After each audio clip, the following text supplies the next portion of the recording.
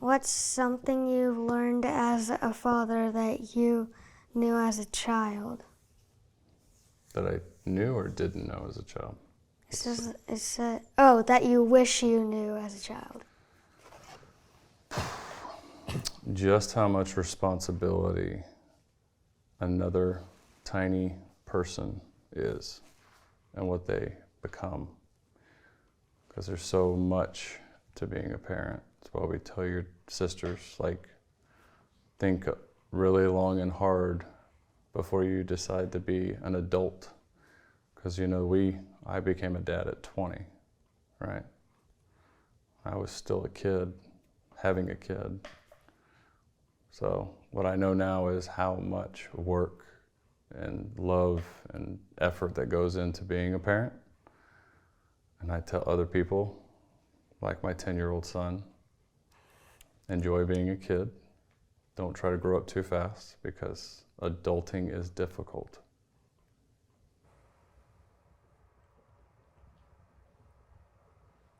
When you think about the first time we met, what do you remember feeling? And then when I popped out? Grossed out because there was placenta everywhere. Placenta.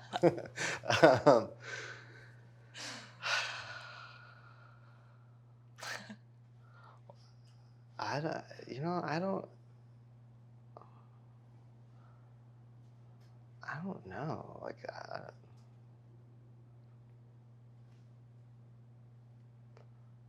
I guess even at what, like 15 and a half, when you were born, I just That's crazy. You were cried a lot. I cried a lot. I remember I was really nervous. I mean, I was like running around asking like doctors and nurses, like, what's the probability of her having cleft lip? What's the probability? Like, I was so nervous because like having cleft lip now isn't a big deal at all. But I got made fun of a lot when I was a kid, and I really didn't want that for you. So I was really, really relieved Whoa. that you didn't have cleft lip when you were born. I didn't know that.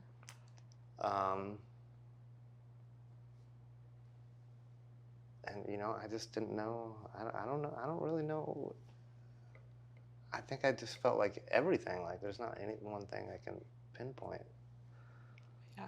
It was just a lot, a big thing. I forgot you were 15 and a half years old. Yeah. That's insane. Wow. Yep. What's the hardest thing about being my dad that I may not realize? Ooh, that's a really good question. The hardest thing about being your dad is always worrying about how kids treat you at school. All the time, every day. Because I am an adult and it is against the law to harm children. But when they're mean to you or they bully you or they're not nice to you, that makes me very angry, very upset. Because I want everybody to see you like I see you, right? Like an awesome, smart, intelligent, funny, little boy that you are that's growing into a young man. Like you got your little blazer on here, but it's hard when you can't control other people.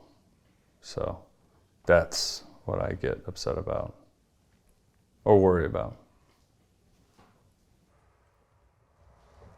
What's the pain in me you wish you could heal? I'd snap my fingers and do it in a heartbeat.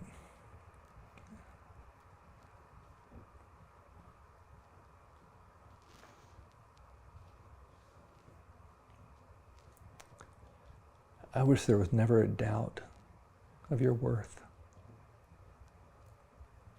Never a doubt of how much you're loved. And I know that that's not it. I know it's not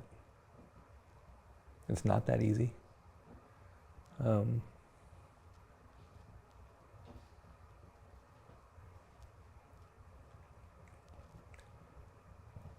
I wish, even fast forward 10 years, to where you look back. And, I hate it whenever I use cliches and stuff. And I do it way too often. Every now and then on some of the workouts, I'll hear, and sometimes that actually makes me mad. And then I'm like, okay, I get it. But this Alex Toussaint, he'll hop up off the bike. He'll be like, you've made it through all your bad days. I'm like, part of me, the sarcastic one, well, obviously I'm sitting here listening to you. I mean, but there are a lot of people that don't make it through their bad days, right? And I want to always be able to say in my head, because I wouldn't want it to create overwhelming discomfort for me to say it to you. But in my head, I think that you've made it through all of your bad days. I just wish we could get rid of the bad days. Yeah. I think that's why I really want to get that tattoo of Mom's handwriting saying you can do hard things, because I remember when I was leaving Baylor and she just held my face and she said, you can do hard things. It's just, sometimes it's a lot harder than other days to do the same hard thing. But I wish I could take that same pain away from you instead of worrying about me. I wish you could just enjoy life with Mom and not worry about whether or not I'm gonna get triggered or... Why do you love me? You know that there's only one like you. Yeah. I had no other answer. I had no other thing really to give you than love. I really do not have anything else to give you than that. And it's you. You are my daughter. Mm-hmm. What else can I give you if I don't give you love?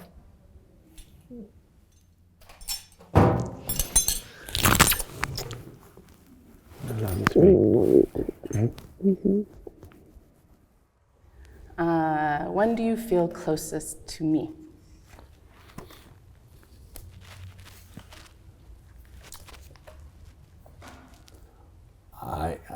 It's hard to describe because I feel so close to you daily. Yep. And my thoughts and my feelings and that I don't think is any specific moment or whatever. Agreed. I only know that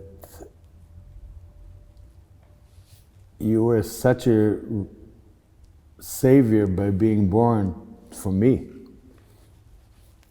to continue life and fatherhood, that every moment was closer and closer, is getting even more closer. If it's get any more, then we probably have to back living together in the same house. I would love that. You love it? I just talked about it on the way up. I would love to be able to have a house. Drive you on a Vespa have to the you guys- beach when you're 6 years old so you can dive in the pool. And everybody say, look at that 5 years old one. Can take the waves. Yeah. And not afraid of the waves. Right. Free spirit, Laguna Beach girl. Right. So, my turn. Yep. Okay, Dad. What do you think I need to hear? What do you need to hear? Basically the truth, because I'm pretty sure you can handle the truth more so than to be lied to, because you need to be able to, no matter how bad it is or what it is, you need to have some kind of guideline or knowing who you can trust and not trust. I think that you need to hear that though, like, my mom was always there and I love her and we have this amazing bond, you and, like, our relationship is as important. our bond, our connection is as important as my mom's. We have two different relationships, of course. My connection to you is different because like you're more like a lifeline for me. Like I said, like getting to know you helps me to get to know myself. As an adult, having a relationship with you heals the little girl within me, and that's really important to me. Okay. Yes. Wow. Okay. If this were to be our last conversation, what's the one thing you never want me to forget?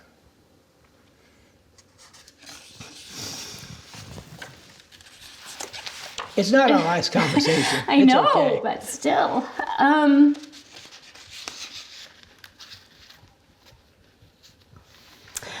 That I think you made a print on me in my heart that will never go away. And that you've been such an amazing person to everyone. I heard people call you God once. Your dad's a God. And they didn't mean like, no offense, but they didn't mean like in like statuesque, like your dad's a God. I'm sure you are. But they meant like, you're so amazing.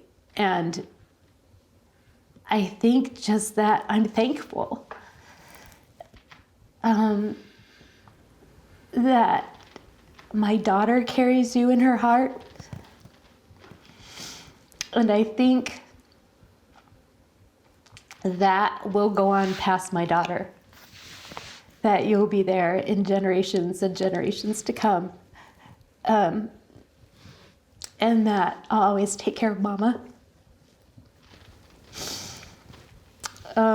That's it. Let's let you answer that question now. You made me do this. That was pretty sweet. No. Oh, yeah. If this was our last conversation, what's the one thing you wouldn't want me to forget? I'm not going to, you don't get out of this one. Well, I think I should. No, I think you shouldn't. Just on age alone, I should. No, you don't get a pass, dude. Okay, well, I wouldn't pass on that. No. Probably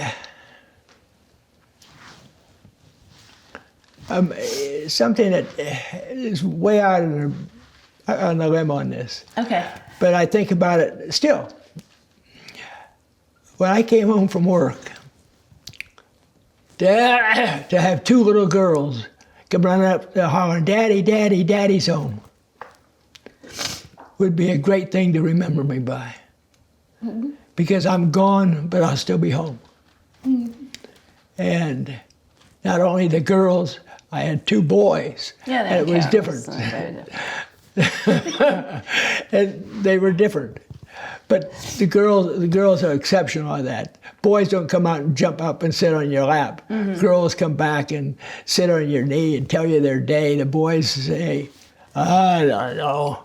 Mm-hmm. I didn't learn anything today. You know, what'd you do at school? Nothing." Mm-hmm. And that's as far as you got. With the girls, and you particularly, would have a story, tell you what they did today. Mm-hmm. Sometimes I'm not too sure if that story was accurate, but at 4 or 5 years old, you know, you get what you can. Mm-hmm.